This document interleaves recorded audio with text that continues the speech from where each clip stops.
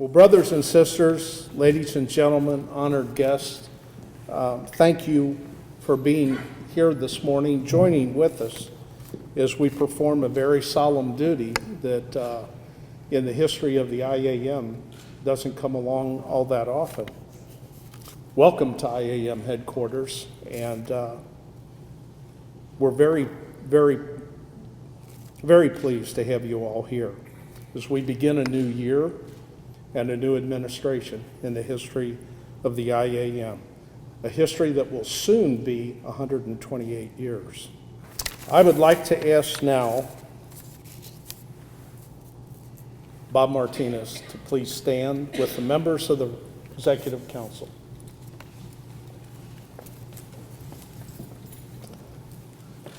It's been a long time, Bob, since we've done this for a newbie, and it's an extreme honor for me and a proud moment to demonstrate for the world and certainly for our union that when times come to change, they change as seamlessly as possible, and the authority of our Constitution is transferred in a very honorable way. Bob, would you please raise your right hand? Do you accept the office to which you've been elected? I do. Then please repeat after me. Upon my sacred word of honor, Upon my sacred word of honor, I do solemnly promise I do solemnly promise that I will uphold the Constitution that I will uphold the Constitution of the International Association of Machinists and Aerospace Workers of the International Association of Machinists and Aerospace Workers and faithfully perform and faithfully perform all the duties of the office all the duties of the office to which I have been elected, to which I have been elected, so far as I am able, so far as I am able, that I will attend all meetings of this Grand Lodge that I will attend all meetings of this Grand Lodge during my term of office, during my term of office, when possible to do so, when possible to do so, that I will endeavor to advance the interest that I will endeavor to advance the interest of the association, of the association, and when my successor is elected and installed, and when my successor is elected and installed, I will turn over to him or her I will turn over to him or her all books, all books, papers, papers, funds, funds, or other property of the lodge that I may have. or other property of the lodge that I may have. I further promise I further promise that I will never defraud this lodge that I will never defraud this lodge out of anything whatever, out of anything whatever, or allow it to be defrauded or allowed to be defrauded, if within my power to prevent it. if within my power to prevent it. To all of this, To all of this, I most solemnly I pledge most solemnly pledge my sacred word of honor. my sacred word of honor. Congratulations.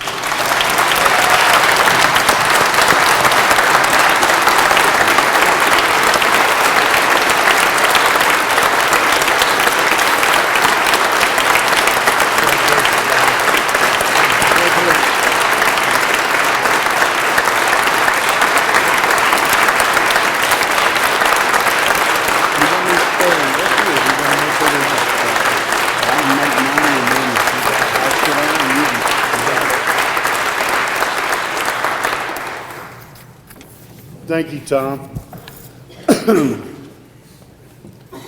Ladies and gentlemen, brothers and sisters, I am truly honored and humbled with the Executive Council's decision to elect me as the 14th International President of our great union. I pledge my sacred word of honor to all the IAM members gathered here this morning, as well as all the membership across the United States and Canada, to do everything in my power to serve and advance the interests of the membership in organizing, negotiating, and enforcing our contracts and in the halls of Congress. I will work every single day to earn your trust and your confidence. We live and work in an incredibly difficult and challenging time, both economically, politically, and in the legislative arena. From every corner, we and the work we do are under fire. The challenges we confront are real and they are substantial. Our generation, like the generations that preceded us, will be tested. However, I am confident about our future and our ability to do good work and make a positive difference in the lives of working members and working people across this great country and in Canada. Not because I'm standing here, but because of the wisdom, the courage, the strength, and the integrity of our great membership. Our greatness and potential as an organization arises from our membership. I know that, and I will never forget that, nor where I come from. Our future, like our past, will be characterized by struggle and by sacrifice. Our future, like our past, will involve both victories and defeats, both successes and failures. Though surely we will encounter defeats and failures along the way and be bloodied and bruised in the process, we shall remain unbowed and unbroken. Our fight and our work is noble and it is good. Securing workplace fairness, dignity, and justice, so it shall continue. I am mindful that I stand on the shoulders of giants, men and women who have struggled and sacrificed, that have built our great union. In my 35 years as an IAM member, I have had the great opportunity to observe and learn from three great international presidents: Bill Wippensinger, George Corpus, and Tom Buffenbarger. William Wippensinger was a real visionary. He was bold, he was strong, decisive, and innovative. He was willing to challenge the status quo, both inside the IAM and inside the House of Labor, with companies, with politicians in the political arena. He wasn't afraid to ruffle feathers if he thought it would advance the interest of our membership. He was courageous, as we all know. George Corpus, the international president who I had the great opportunity that hired me, that first brought me to this building, is known outside the IAM for many things. His strong and steadfast leadership of the IAM through one of the longest and most high-profile strikes, the strike against Frank Lorenzo and Eastern Airlines. Those inside the IAM saw another side of him, one which speaks volumes about his character and how he led. He was connected to the membership. He listened to the members, and he was devoted to the members. As he rose through his ranks of leadership, he never forgot or lost sight of his roots. He stayed connected with the membership, their interests, their values, and their concerns. He listened to the membership, and as a consequence, he was a forceful advocate for our membership. And finally, my immediate predecessor, my friend, and my mentor, Tom Buffenbarger. He had confidence in me before I had confidence in myself. A strategic thinker without peer. He opened the doors to a new generation of IAM leaders. Leaders that reflect our future and not our past. Leaders that reflect the diversity of our workplaces and our movement. From meetings with U.S. presidents to meetings abroad, like with the Pope, he has always had one thing in mind, and that was dignity and justice for working men and women anywhere and everywhere. Each of these leaders responded to the challenges of their time and continued the legacy that was born over 127 years ago in a railroad pit in Georgia by a group of 19 machinists who came together to secure a bit of dignity, fairness, and justice. I commit today to you to give everything that I have to continue that fight for dignity, fairness, and justice. And with your help and support, I am confident that our union will continue to be a powerful and effective voice for working people across the United States and Canada. There will be many challenges that lie ahead. Some I am aware of, and others that have not revealed themselves. Throughout our proud history, we have changed and adapted our methods. We have changed and adapted our strategies to address and confront these challenges to ensure our union and our membership successes.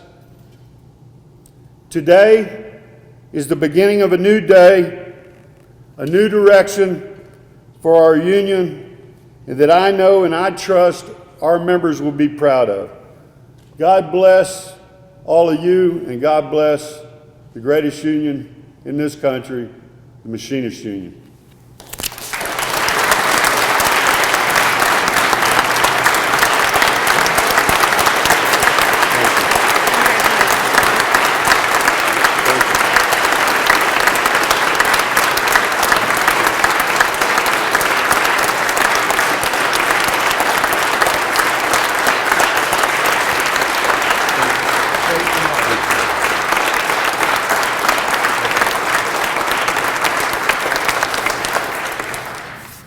Great remarks, Bob, and from the heart. Next, I would like to call upon our brand new member of the Executive Council, Ricky Wallace, to come forward.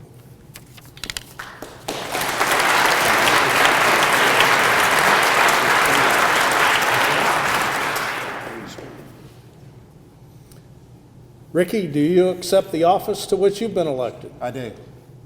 Please raise your right hand and repeat after me. Upon my sacred word of honor, Upon my sacred word of honor, I do solemnly promise I do solemnly promise that I will uphold the Constitution that I will uphold the Constitution of the International Association of Machinists and Aerospace of the Workers International Association of Machinists and Aerospace Workers, and faithfully perform all of the duties and faithfully perform all of the duties of the office to which I've been elected, of the office to which I have been elected, so far as I am able, so far as I am able, that I will attend all meetings of this Grand Lodge that I will attend all meetings of this Grand Lodge during my term of office, during my term of office, when possible to do so, when possible to do so, that I will endeavor to advance the interest that I will endeavor to advance the interest of the association, of the association, and when my successor is elected and installed, and when my successor is elected and installed, I will turn over to him or her I will turn over to him or her all books, all books, papers, papers, funds, funds, or other property of the lodge or other property of the lodge that I may have. I I further promise further promise that I will never defraud this lodge that I will never defraud this lodge out of anything whatever, out of anything whatever, or allow it to be defrauded or allow it to be defrauded, if within my power to prevent it. if within my power to prevent it. To all of this, To all of this, I most solemnly pledge I most solemnly pledge my sacred word of honor. my sacred word of honor. Congratulations. So if you will,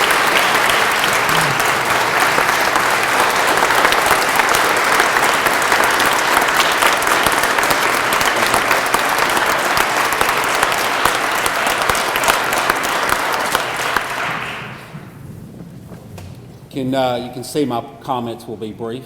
I do want to take this opportunity to thank our newly retired President Buffenbarger, former President Corpus, the Executive Council for this opportunity and for their trust and confidence in me that they've shown. And it's It is humbling and a bit overwhelming, but I look forward to the challenges that face us. I look forward to getting to know a lot of you. I have some dear friends in this room, and I look to making a lot more friends here. I've had the privilege of working with Bob Martinez for over 20 years. It has been, I've watched him grow and serve our members. He's been relentless in his dedication to our membership, and we have a leader that will serve our members and speak from his heart, and that's what Bob is all about. And I look forward to working with him and in the rest of this executive council. Thank you.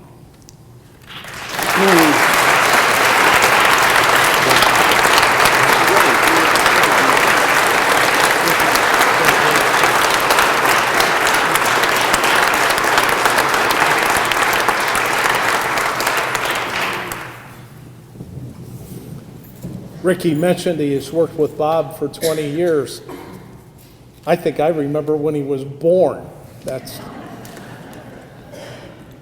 Well, brothers and sisters, our last formal speaker for this morning's event is someone we're very proud to have grace our house to come and join with us today on this very special occasion and to participate, and someone who I call a friend, a colleague, and one hell of a leader for the American labor movement in a time when it needs leadership. Please welcome AFL-CIO President Rich Trumka.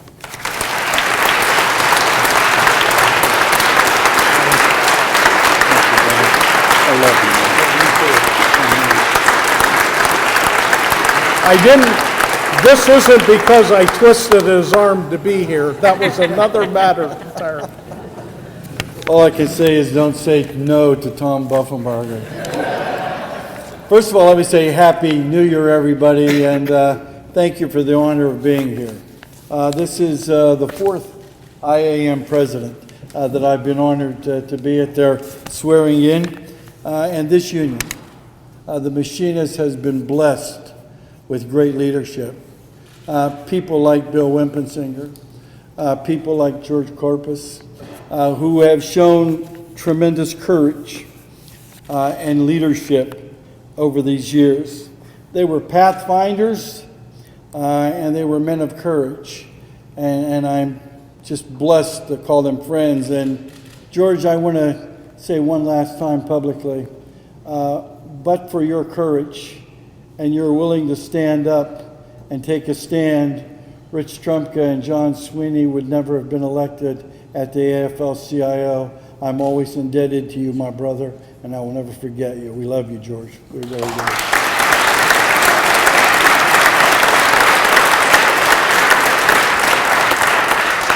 And after George, in that same line of leadership, came a man that I'm very, very close to, Tom Buffenbarger.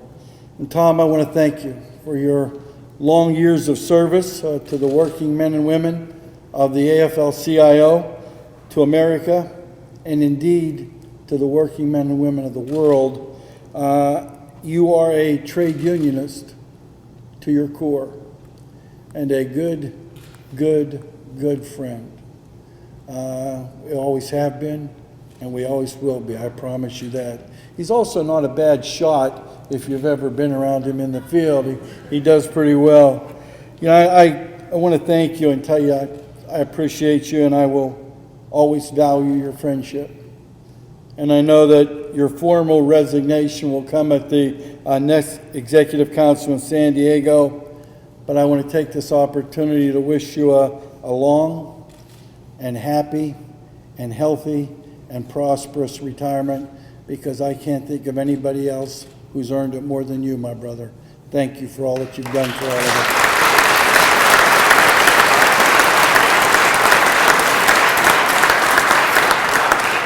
And Bob, I want to thank you for stepping up to the plate Congratulations on your new role as President of the International Association of Machinists and Aerospace Workers.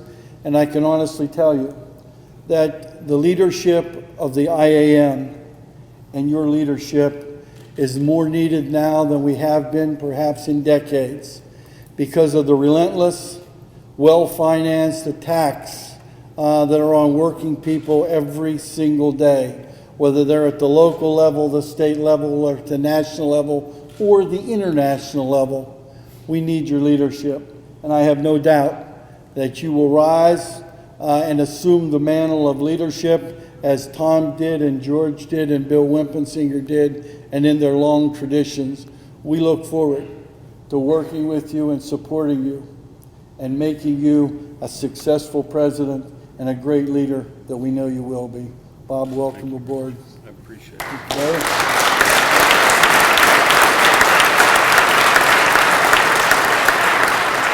And just briefly, the Machinists are a very, very powerful union with a tradition of excellence and innovation and problem solving that truly is second to none.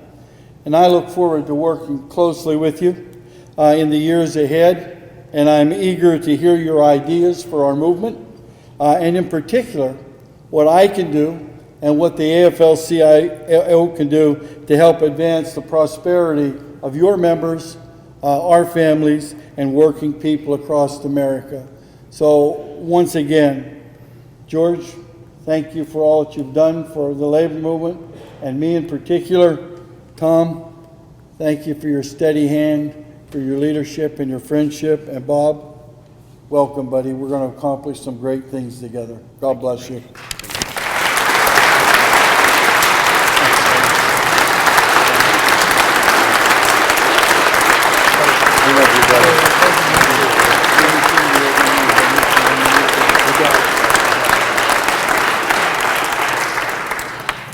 Thank you very much, Rich. Now just a few parting comments. You just witnessed the new international president take the oath of office, the new resident vice president. Every member seated up here, every member seated here, as our executive council, have taken that same oath. And I can attest from the deepest part inside me, they mean what they say. I've been honored and privileged and humbled to serve with these members. They are union people's union people. They are a union's rep to the core. They care about this union and the members. They just took solemn oaths to take care of this union, to look out for all the members. They are going to depend very, very much on you, especially the folks here at headquarters. It's the nerve center for the union and out in Rockville. You owe them loyalty, and loyalty is expected. These are hard jobs in very critical and tough times. Our union has experienced, in George's career and mine, some of the biggest challenges we faced as a union.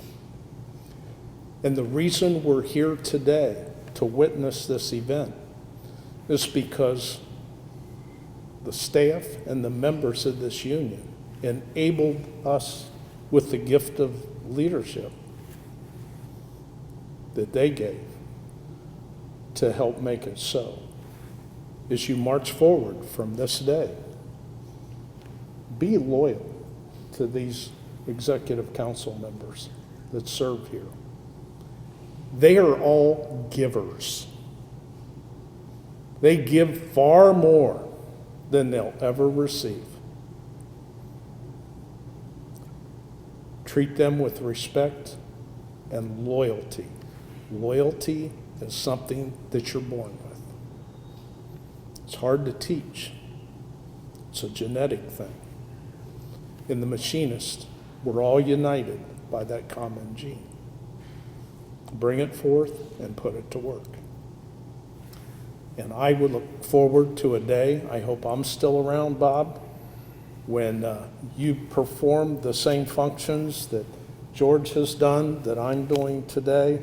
And it'll be reassuring to know that the legacy of 19 original machinists will live on for future generations. Congratulations to you, to Ricky, to all of the Executive Council. Today begins a new day and a new year, and it's going to be exciting. Thank you for joining us today. And